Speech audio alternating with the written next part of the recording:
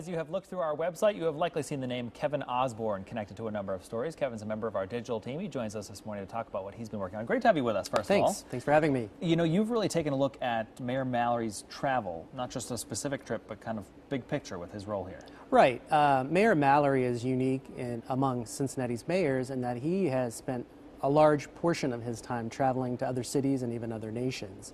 So we delved into his records and decided to see just exactly how much traveling he's done. And we found out, for example, in his 7.5 years in office, he's taken 111 trips. Of those 111 trips, roughly somewhere between about half of the cost, a little bit more, has come from some sort of public or taxpayer-funded source. We tallied it up to be about $160,000 in public money.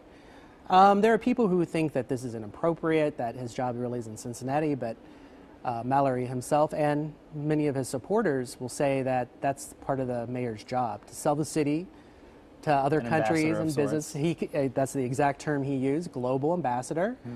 He goes overseas and tries to attract companies to expand here in Cincinnati. The response to the story has actually been about 50-50, where many of our readers agree with him and his approach, and others do not. So it's not where it should go. All right, you can look at it right now on our website. Also, no clear-cut answer for this one, but the parking lease discussion, it continues. It continues and continues and continues.